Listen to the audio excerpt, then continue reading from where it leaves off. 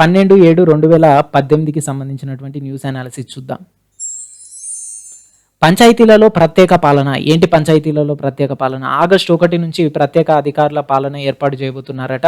ఎందుకంటే ఆగస్టు 1 నుంచి కొన్ని పంచాయతీలలో ఈ పదవీ కాలం అనేది సర్పంచులది ముగుస్తుంది. ఆ ముగుస్తున్న పాయింట్లో ఇప్పుడు కొత్తగా ఎలక్షన్స్ జరిగేంత వరకు కూడా గవర్నమెంటే సపరేట్గా అధికారులను నియమిస్తుందట. ఆ పాత సర్పంచులని కొనసాగింపుగా ఉంచదట. ఆ పాత సర్పంచులని కొనసాగింపుగా ఉంచకుండా ప్రత్యేక అధికారులను గవర్నమెంట్ అందులో నియమిస్తా అని అంటుంది. అంటే గ్రామానికి సంబంధించినటువంటి ఏంటి నిర్ణయాలు తీసుకోవడం, లేకపోతే డబ్బులు జారీ చేయడం, సర్పంచ్కు ఉండేటువంటి హక్కులు ఏవైతే ఉంటాయో అవన్నిటిని కూడా ఈ అధికారులకు ఇచ్చేసి వాళ్ళను ఆ ఎలక్షన్స్ అయ్యే వరకు నామమాత్రంగా ఉంచుతానని చెప్పడం జరిగింది. అయితే 2011లో ఈ ప్రత్యేక అధికారుల నియామకాన్ని హైకోర్టు కూడా సమర్థించిందండి. యాక్చువల్గా 2011లో ఇదే పంచాయతీ ఎలక్షన్స్కి సంబంధించి రిజర్వేషన్ గొడవ ఇప్పుడు ఎలాగైతే జరిగిందో అప్పుడు కూడా రిజర్వేషన్ గొడవ ఉమ్మడి ఆంధ్రప్రదేశ్లో జరిగింది. రిజర్వేషన్లు చెల్లవు ఆ టైం దాకా వెళ్ళడం జరిగింది. హైకోర్టు నుంచి మళ్ళీ సుప్రీంకోర్టుకు కేసు ఫార్వర్డ్ అవ్వడం జరిగింది. సుప్రీంకోర్టు ఇప్పటికైతే చేసుకోండి కానీ 50% అయితే ఎప్పుడు మించొద్దని అప్పుడు కూడా చెప్పడం జరిగింది. మరి ఈసారి ఏం చెప్తుందో తెలియదు. ఈసారి కూడా సుప్రీంకోర్టు దాకా కేసు ఫైల్ అయ్యే ఛాన్స్ ఉంది. ఓకేనా, ఈ పాయింట్ గుర్తుంచుకోండి. అయితే అప్పుడు ఏం చేసిండ్రు, హైకోర్టు సమర్థించింది. కొందరు వెళ్ళి కేసులు పెట్టిళ్ళు.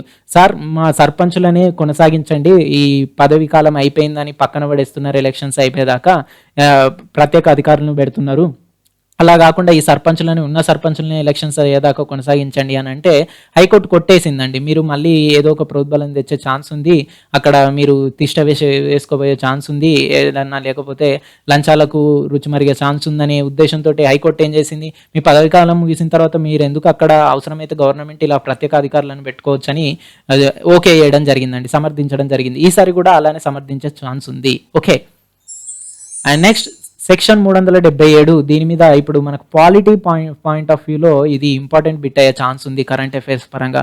వయోజనుల్లో స్వలింగ సంపర్కం నేరంగా ఇక్కడ మనల్ని తెలియజేస్తున్నారు.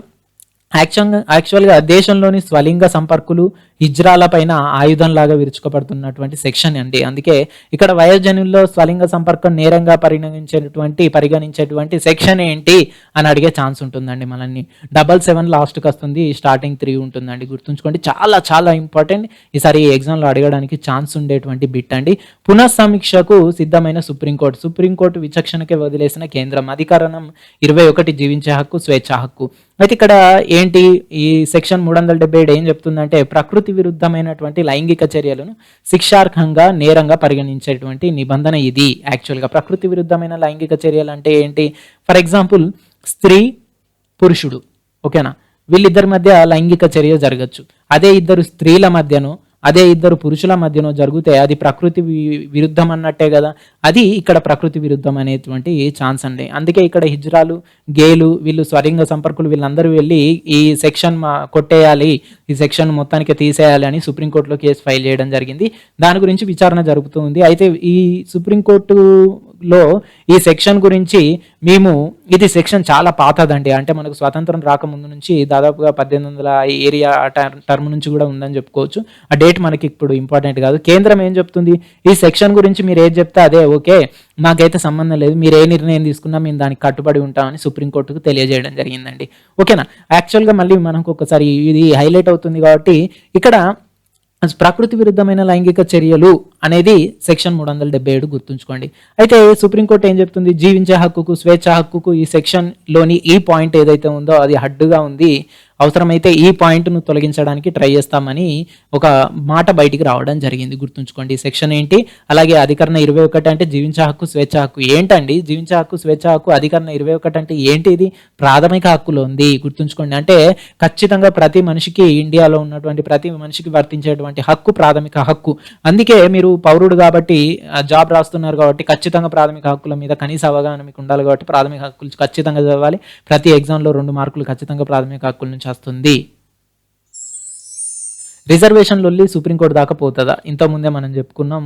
ఏది రిజర్వేషన్కు సంబంధించి 2011లో కూడా హైకోర్టు నుంచి మళ్ళీ గో బ్యాక్ టు సుప్రీంకోర్టు అని సుప్రీంకోర్టులో కేసు ఫైల్ చేసినా కూడా కేసు ఏం చేసింది, ఈసారికి అయితే ఎలక్షన్ జరుపుకోండి, అన్ని సంసిద్ధంగా ఉన్నాయి. బట్ నెక్స్ట్ టైం మాత్రం 50% దాటొద్దు అని అప్పట్లో చెప్పినట్టుగానే ఈసారి కూడా ఒకవేళ ఆడిదాకా పోతే ఆల్రెడీ మనం అన్ని ప్రణాళికలు పెట్టుకున్నాం కదా, సుప్రీంకోర్టు మళ్ళీ గదే రిపీట్ చేసి ఈసారికి ఒక్కసారికే లాస్ట్ ఫైనల్ అని మీకు అప్రూవ్ చేస్తా, నెక్స్ట్ టైం నుంచి 50% రిజర్వేషన్ దాటొద్దు అని అంటుందేమో అనే ఉద్దేశంతో వీళ్ళు అలా చేస్తున్నారు. బట్ ఇక్కడ మంత్రి జూపల్లి కృష్ణారావు అధ్యక్షతన మంత్రివర్గ భేటీ జరిగింది. అందులో కేటీఆర్ గారు ఉన్నారు, ఇక్కడ ఈటల రాజేందర్ ఉన్నారు. అంటే అధ్యక్షత ఎవరు వహించారండి? ఇక్కడ జూపల్లి గారు వహించడం జరిగింది. మరి ఎందుకు అంటే ఈ జూపల్లి గారి కంటే కూడా సమర్థులు ఇద్దరు, కేటీఆర్ గారైనా కానివ్వండి, లేకపోతే ఈటల రాజేందర్ గారైనా కానివ్వండి, లేకపోతే ఇక్కడ హరీష్ రావు గారైనా కానివ్వండి. బట్ ఇక్కడ ఈ జూపల్లి కృష్ణారావు గారి అధ్యక్షతన ఎందుకు జరిగింది? రిజర్వేషన్ లొల్లి దేనికి సంబంధించింది చెప్పండి? పంచాయతీ ఎలక్షన్స్కి సంబంధించింది. మరి పంచాయతీరాజ్ శాఖకు ఇప్పుడు ప్రజెంట్గా ఉన్నటువంటి మంత్రి ఎవరు? జూపల్లి కృష్ణారావు గారు. అందుకే అయిన అధ్యక్షతన దీనికి సంబంధించిన నియమాల మీద, నిబద్ధతల మీద చర్చ జరిగింది. ఓకేనా? అందుకే ఏ శాఖకు సంబంధించినటువంటి గొడవలు వచ్చినా, లేకపోతే ఇబ్బందులు వచ్చినా, లేకపోతే మీటింగ్లు జరిగినా కూడా ఆ శాఖ హెడ్ అధ్యక్షత వహిస్తాడు. ఫర్ ఎగ్జాంపుల్ నీటిపారుదలకు సంబంధించి కాళేశ్వరం మీద ఏమైనా లొల్లిళ్ళు అవుతానే అనుకోండి, లేకపోతే కేసు ఫైల్ అయింది అనుకోండి, అప్పుడు అధ్యక్షత ఎవరు వహించాలండి?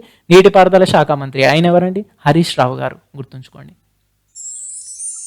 Next UIDAI. ఇది చాలా వరకు యూపీఎస్సీ ఎగ్జామ్స్లో అలాగే ఏపీపీఎస్సీ ఎగ్జామ్స్లో కూడా అడగడం జరిగింది. యుఐడిఏఐ ఫుల్ ఫామ్ అడగడం జరిగింది. Unique identification authority of India. చాలా important. Unique identification authority of India. ఇది ఆధార్ కార్డుకు సంబంధించిందండి. ఓకే, వ్యక్తుల సమాచారం అత్యంత సురక్షితం అని దీనికి సంబంధించిన చైర్మన్ సత్యనారాయణ గారు తెలియజేయడం జరిగింది. అందుకే ఇక్కడ ఇంకో పాయింట్ ఏంటి? సత్యనారాయణ గారు ఎవరు? UIDAI chairman. గుర్తుంచుకోండి, he's the person Satyanarayana. Next 13/7/2018కు సంబంధించినటువంటి న్యూస్ అనాలిసిస్ చూద్దాం. హిమా దాస్. యాక్చువల్గా స్పోర్ట్స్కి సంబంధించిన ఏమైనా మ్యాటర్ ఉంటే మేము ఫైనల్లో ఇస్తూ ఉంటాం, బట్ ఈసారి ముందుగానే ఇచ్చామనంటే ఇది ఎంత ఇంపార్టెంట్ పాయింటో మీరు అర్థం చేసుకోవాలి. ఓకే, అయితే ఇక్కడ హిమా దాస్కు సంబంధించిన బయోగ్రఫీ ఇవ్వడం జరిగింది. పేరు హిమా దాస్, ఏజ్ 18 years, పుట్టింది ఎక్కడ అంటే ఏ స్టేట్కు సంబంధించిన అమ్మాయి? అసోం. ఓకే, నేపథ్యం వ్యవసాయ కుటుంబం, ఆటలు అథ్లెట్ కాకముందు ఫుట్బాల్ ఆడేది, అథ్లెటిక్స్ విభాగం 400 మీటర్ల పరుగు, కోచ్ నిపాన్ దాస్. ఓకే, ఘనత అండర్-20 ప్రపంచ ఛాంపియన్షిప్లో స్వర్ణం, లక్ష్యం ఒలింపిక్స్లో పథకం. అయితే ఇక్కడ మీరు గుర్తుంచుకోవాల్సిన పాయింట్స్ ఏంటంటే ఈ ఆటోబయోగ్రఫీలో పేరు గుర్తుంచుకోండి. హిమా దాస్ ఒక athlete, football player, cricket player అని ఇస్తూ ఉంటాడు ఆప్షన్స్లో. హిమా దాస్ ఎవరండి? ఎవరు? అథ్లెట్ అండి, రన్నర్ అండి, గుర్తుంచుకోండి. ఓకేనా? పరుగు పందెంలలో పార్టిసిపేట్ చేసిన పర్సన్ అండి. అయితే ఇప్పుడు మనల్ని అండర్-20 ప్రపంచ ఛాంపియన్షిప్లో స్వర్ణం కైవసం చేసుకున్నటువంటి హిమా దాస్ ఏ రాష్ట్రానికి చెందిన వనిత అని అడిగే ఛాన్స్ ఉంటుంది. ఓకేనా? అందుకే ప్లేస్ కూడా, పుట్టిన బర్త్ ప్లేస్ కూడా ఇంపార్టెంటే. అస్సాంలోని థింక్ గ్రామం అండి. ఓకేనా? అండ్ ఇక్కడ ఏ విభాగంలో ఆమె అండర్-20 ప్రపంచ ఛాంపియన్షిప్లో గోల్డ్ మెడల్ కొట్టేసింది అని అడిగే ఛాన్స్ కూడా ఉందండి, 400 మీటర్ల విభాగంలో. అయితే ఇంతవరకు కూడా ఈ IAAF ప్రపంచ అండర్-20లో మనకు పథకం రాలేదు. అలాంటిది ఏకంగా first, second place, third place కాకుండా ఫస్ట్ ప్లేస్లోనే గోల్డ్ మెడల్ కొట్టేసి ప్రపంచ ఖ్యాతి, ప్రపంచం ముందు మన దేశ గౌరవాన్ని నిలబెట్టిందండి. ఓకే, అయితే ఎప్పుడైనా గుర్తుంచుకోండి, ఫస్ట్ ప్లేస్ ఎవరైతే వస్తారో, ఫర్ ఎగ్జాంపుల్ ఇప్పుడు IAAF ప్రపంచ అండర్-20 గేమ్స్ అయినాయి. అందులో ఇప్పుడు మనం చూసుకున్నట్టయితే హిమా దాస్ ఇండియాకు ప్రాతినిధ్యం వహించింది. ఆమెకు ఏంటి? స్వర్ణం వచ్చింది. అంటే ఇప్పుడు ఫస్ట్ ప్లేస్లో ఎవరైతే వస్తారో వాళ్ళ దేశానికి సంబంధించిన నేషనల్ యాంథమ్ వస్తుందండి అందరి ముందు, ప్రపంచ దేశాలందరి ముందు ఈ నేషనల్ యాంథమ్ వేస్తారు ఆ స్పోర్ట్స్లో.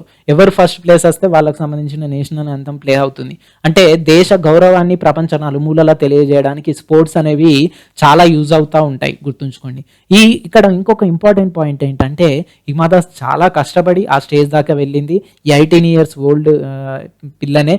బట్ ఇక్కడ ఒలింపిక్స్కు ప్రిపేర్ అవ్వాలని ఆమె ట్రై చేస్తూ ఉంది.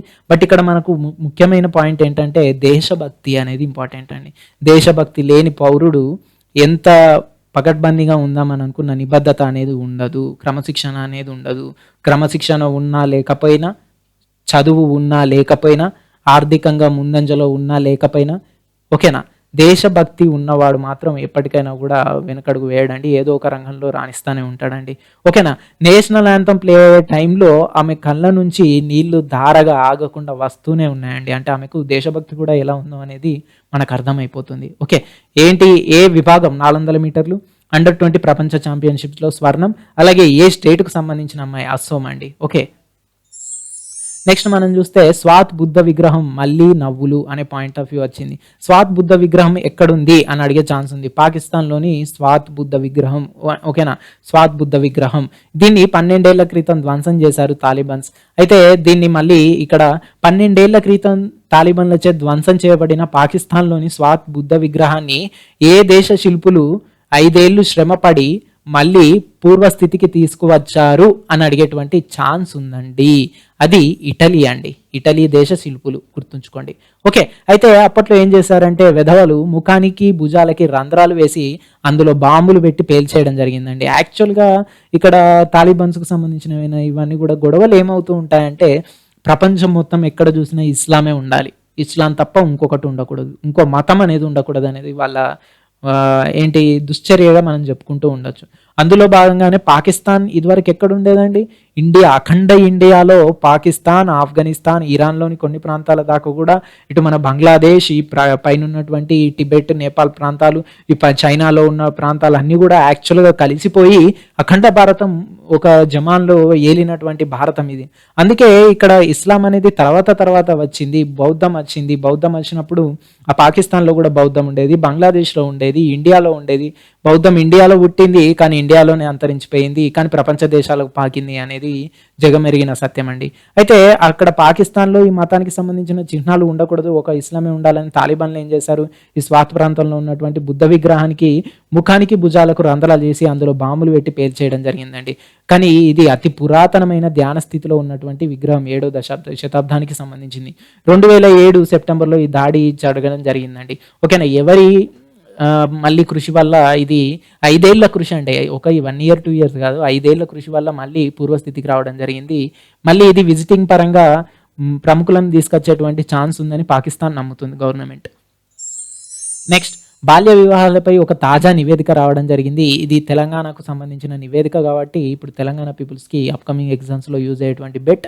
తెలంగాణ పల్లెలో 35%, పట్టణాలలో 15.7% బాల్య వివాహాలు నమోదవుతున్నాయట. మనం చూసుకున్నట్టయితే ఎక్కువగా తెలంగాణలో ఆప్షన్స్లో బాల్య వివాహాలపై తాజా నివేదిక ప్రకారం ఎక్కువగా ఎక్కడ తెలంగాణలో బాల్య వివాహాలు అవుతున్నాయనంటే తెలంగాణ పల్లెలలో అవుతున్నాయండి. ఓకేనా, 35%, అంటే 100 మ్యారేజెస్ అవుతుంటే బాల్య వివాహాలు దాంట్లో దాదాపు 35% వరకు కూడా చూసుకున్నట్టయితే తెలంగాణ పల్లెలలో అవుతా ఉన్నాయి. పట్టణాలలో దాంట్లో సగంగా చెప్పుకోవచ్చు, అప్రాక్సిమేట్లీ 15.7% బాల్య వివాహాలు అవుతున్నాయండి. పట్టణాలలో కూడా చదువుకోని వాళ్ళు ఉన్నారు, పేదవాళ్ళు ఉన్నారు. అసలు ఈ బాల్య వివాహాలు కావడానికి మెయిన్ రీజన్ ఏంటంటే పేదరికం, 2 చదువు కూడా. ఓకేనా, 2 చదువు కూడా. ఈ 2 లేకపోవడం వల్లే ఈ బాల్య వివాహాలు అవుతున్నాయి. ఈ సెస్ నివేదిక ఇంపార్టెంట్. తెలంగాణ పల్లెల్లో ఎంత, 35%, పట్టణాలలో 15.7%, రఫ్గా గుర్తుంచుకోండి. అయితే 15 నుంచి 19 ఏళ్ల లోపే గర్భం దాల్చుతున్న వాళ్ళ సంఖ్య ఎంత, సెస్ నివేదిక ఏంటి ప్రకారం 10.6. యాక్చువల్గా అసలు అది ఏజే కాదు పిల్లల్ని కనడానికి. ఆ టైంలో 15 నుంచి 19 ఏళ్ల లోపే గర్భం దాల్చి పిల్లల్ని కన్నట్టయితే వాళ్ళకు పాలు రాకపోవడము, లేకపోతే హెల్త్ ఇష్యూస్ రావడము, లేకపోతే ఐరన్ కరెక్ట్గా ఒంట్లో ఉండకపోవడము, అవసరమైతే తల్లి బిడ్డలకి ఇద్దరికి కూడా ప్రమాదం వచ్చేటువంటి ఛాన్సెస్ ఉంటాయి. అంటే యాక్చువల్గా ఒళ్ళు వివాహానికి లేకపోతే గర్భం దాల్చడానికి 15 నుంచి 19 ఏళ్ళ మధ్యలో కరెక్ట్గా రెడీ అయి ఉండదండి. ఈ పాయింట్ గుర్తుంచుకోండి. ఆచారాలు, విశ్వాసాల కదంబ హస్తాలలో ఈ బాల్య వివాహాలు ఎక్కువగా జరుగుతున్నాయట. ఓకేనా, 1 పేదరికం కావచ్చు, 2 ఆచారాల పేరు చెప్పి కావచ్చు, 3 విశ్వాసాల పేరు చెప్పి కావచ్చు అండి. అయితే యుద్ధ ప్రాతిపదికన నిరోధక చర్యలు చేపట్టాలంటూ సిఫార్సులు కూడా చేస్తూ ఉన్నారు, దీన్ని నిరోధించాలనే ఉద్దేశంతో. ఓకే, అండ్ ఇంకొక ముఖ్య పాయింట్, బాల్య వివాహాలు నార్మల్గా ఎక్కడెక్కడే ఎక్కువ జరుగుతున్నాయి అనేది సెస్ నివేదిక ప్రకారం బాల్య వివాహాలు తెలంగాణలో అధికంగా ఏ జిల్లాలో జరుగుతున్నాయి అని అడిగే ఛాన్స్ ఉందండి. ఓకేనా, ఏ జిల్లా అండి, మహబూబ్ నగర్ జిల్లా అండి. ఓకేనా, అత్యల్పంగా ఇక్కడ జరుగుతున్నాయి. ఎప్పుడైనా క్యాపిటల్ సిటీ అన్నిట్లో ముందంజలో ఉంటుంది కాబట్టి, ఆర్థికంగా అక్షరాస్యత పరంగా కూడా ముందంజలో ఉంది కాబట్టి హైదరాబాద్ అనేది అత్యల్పంగా అక్కడ జరుగుతున్నాయండి. ఓకేనా, అధికంగా మాత్రం జరిగేది ఎక్కడ, ఇది ఒకటి గుర్తుంచుకోండి, మహబూబ్ నగర్. అల్పంగా జరిగేది ఇక్కడ హైదరాబాద్ అండి. ఓకే, ఈ 2 గుర్తుంచుకోండి. నెక్స్ట్ తెలంగాణ పంచాయతీరాజ్ శాఖ మంత్రి ఎవరు? మనం ఇది గత స్లైడ్స్లోనే చెప్పుకోవడం జరిగింది. జూపల్లి కృష్ణారావు గారండి. ఓకే, నూతన గ్రామ పంచాయతీరాజ్ చట్టం ప్రకారం ప్రతి గ్రామంలోనూ ఒక నర్సరీ ఏర్పాటు చేయాలి. ఈ నర్సరీ దేనికి సంబంధించి నర్సరీ ఏర్పాటు చేయాలి అని అంటే మొక్కలు పెంచడానికి. మరి దేనికి సంబంధించింది? హరితహారానికి సంబంధించిందండి. ఓకేనా, అంటే హరితహారానికి సంబంధించిన బేస్ పాయింట్ ఏదైతే ఉందో ఈ పంచాయతీరాజ్ చట్టంలోని ఒక పాయింట్లో ఇక్కడ ఇంక్లూడ్ చేయడం జరిగింది ఈ నూతన గ్రామ పంచాయతీ రాజ్ చట్టానికి సంబంధించి. అయితే విఆర్ఓ ఎగ్జామ్ రాసే ప్రతి పర్సన్ కూడా ఈ గ్రామ పంచాయతీకి సంబంధించినటువంటి పంచాయతీరాజ్ చట్టం ఏదైతే ఉందో దాని మీద అవగాహన తెచ్చుకోవాల్సిన అవసరం ఉంది. ఈ పంచాయతీరాజ్ చట్టం గురించి కూలంకషంగా చదవాల్సినటువంటి అవసరం కూడా ఉంది. వీలైతే నేను ఈ పంచాయతీరాజ్ చట్టం గురించి ఒక వీడియో ఖచ్చితంగా చేస్తాను. ఓకే, యాక్చువల్గా 4383 పంచాయతీలు కొత్తగా ఏర్పాటైనవి ఉన్నాయి. ఓకేనా, పంచాయతీరాజ్ చట్టం ప్రకారం చూసుకున్నట్టయితే 4383 కొత్త పంచాయతీలు ఏర్పాటయ్యాయి. ఓకే, ఆగస్టు 2 నుంచి ఉనికిలోకి రానున్నాయి. ఆగస్టు 2 నుంచి ఇవి ఉనికిలోకి రానున్నాయట. అంటే ఇంతవరకు కూడా నార్మల్గా ఎన్ని పంచాయతీలు ఏంటిది అనేది పంచాయతీరాజ్ చట్టం ప్రకారం తెలియజేయడం జరిగింది. బట్ ఇంతవరకు కూడా వాటిని విడదీసి అంటే పాత పంచాయతీ నుంచి ఇంకో ప్రాంతాన్ని విడదీసి అది కొత్త పంచాయతీగా మారిపోయిన ప్లేసెస్ కూడా ఉన్నాయి. అలా విడదీసి కొత్త పంచాయతీలుగా 4383 పంచాయతీలను ఆగస్టు 2 నుంచి ఉనికిలోకి గుర్తింపు తేవడానికి ట్రై చేస్తున్నారు. అందుకే ఈ కొత్త పంచాయతీలు ఎన్ని పంచాయతీరాజ్ చట్టం ప్రకారం అనేవి ఇంపార్టెంట్. 4383 4383 ఓకే, గుర్తుంచుకోండి. ఆగస్టు 2న కొత్త పంచాయతీల అవతరణ అంటే ఇదే. Next mission Bhagiratha. Mission Bhagiratha అనేది కూడా మనకు ఇంపార్టెంట్ అయిపోయేటువంటి బిట్టే. యాక్చువల్గా ఇప్పుడు 817 కోట్లు అప్పుగా తేవడం జరిగింది మిషన్ భగీరథ కోసం. ఎంత? 817 కోట్లు అప్పుగా తెచ్చి మరి ఇలా ఈ పథకానికి యూజ్ చేస్తున్నారంటే ఆ పథకం ఇంపార్టెన్స్ మనకు అర్థమైపోవాలి. అందుకే వీలైనంత వరకు మిషన్ భగీరథకు సంబంధించినటువంటి ఇన్ఫర్మేషన్ గ్యాదర్ చేసి కూడా మీరు ఆ పథకానికి సంబంధించి చదవండి. అప్కమింగ్ ఎగ్జామ్స్లో చాలా యూజ్ అవుతుంది. దట్స్ ఇట్ అండి.